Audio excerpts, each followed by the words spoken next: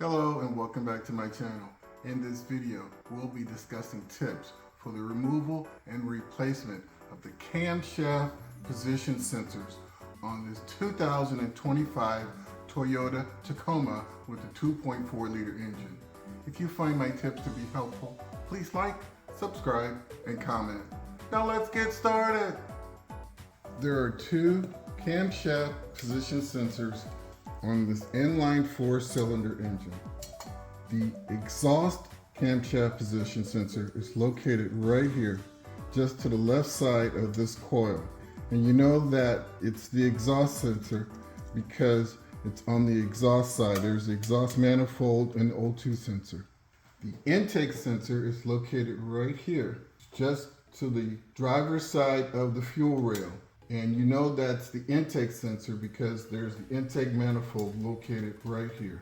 For demonstration purposes, we'll be removing the exhaust camshaft position sensor. Some of the symptoms associated with faulty sensors include hard start or engine cranks but won't start, engine stalling or misfires, poor engine performance, rough idle, reduced power, and increased fuel consumption. You'll also have a laundry list of check engine lights as follows: P0340, P0341, P0342, 43, 44, 45, 46, 47, 48, and 49. Our supply list includes 2 camshaft position sensors. And the reason I say that is because if one sensor is going bad, it's highly likely that the other sensor will go bad. I recommend that you just replace both sensors at the same time.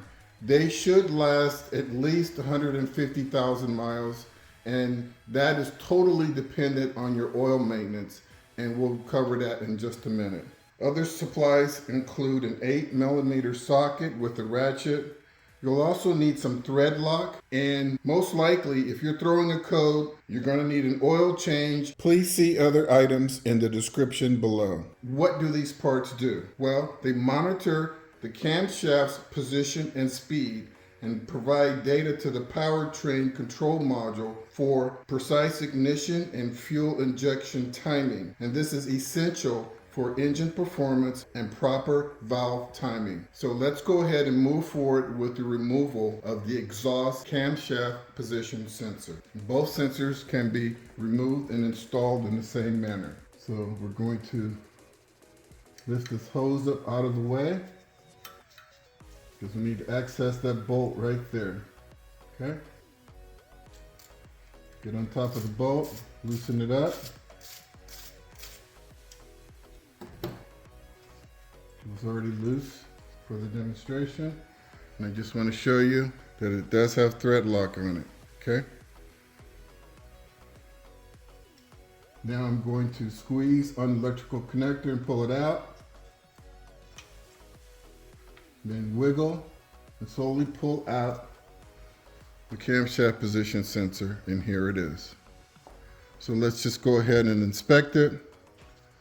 You have your 3 electrical prongs, they're nice and straight.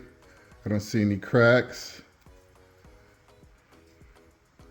From the top down, you see that O-ring there, and above the O-ring, there is absolutely no oil. And that's exactly what you want to see.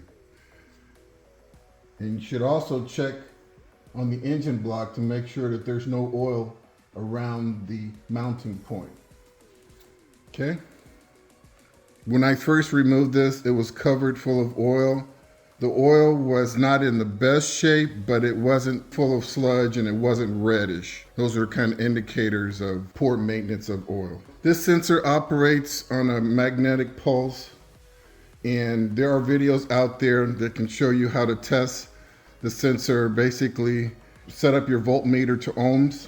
You put one lead on the left connector and one lead on the right connector, and then you could run a piece of metal in front of the sensor and you should get a signal. You don't get a signal, that means that the sensor is not working. That was just a high-level review of that. There's plenty of videos to, or you guys can reach out to me directly and I'll direct you towards how to test the sensor. How about that? Let's talk about oil maintenance. If you get one of those codes saying that this is bad, first thing I would do before I even thought about checking this sensor is I would check my oil level. Once you check that and you figure it's fine, next step, how dirty is the oil? How long has it been since you replaced the oil? And if there's any doubt in your mind, go ahead, replace the oil, put a brand new oil filter in there. Go ahead, run the engine for maybe another 50 miles. It could be that the light will just shut off by itself, okay? You may have that much sludge and dirt in your oil that it's actually interfering with the magnetic pulses of this sensor. So after you've changed your oil, the light is still on. Now you come back, look at the sensor. Now you can test the sensor like I talked about, or you can reach out to me. That's all I really want to say about this sensor. This is pretty easy to work on, guys. This is definitely something you can do yourself, okay? And so let's go ahead and get this thing reinstalled. So I'm gonna go ahead and set the sensor in the hole, making sure that O-ring is firmly inserted. I'm gonna wiggle it around a little bit. Make sure that O-ring is tight. Then I'm gonna apply a little bit of thread lock on this bolt. Stick it in place and get it started.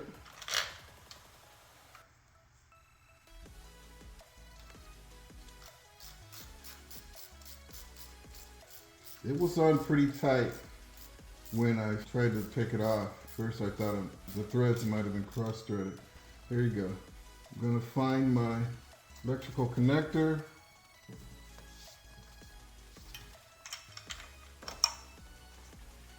Okay, that took a while, but I found my electrical connector. It was down here. Always look at the gasket and make sure it's not deformed. Look at the female connectors. Both look fine. Slide it into place, listen for the click. There you go, pull on it, and there you have it. Well folks, that wraps up this video on the camshaft position sensor. That's the exhaust side. Right here, that's the intake side. And they both can be removed and replaced in the same manner, and they also use the same part number. Okay, so for those who stay to the end of the video, that's an extra pro tip. I hope you found my tips to be helpful. Please like and subscribe. And until next time, drive defensively.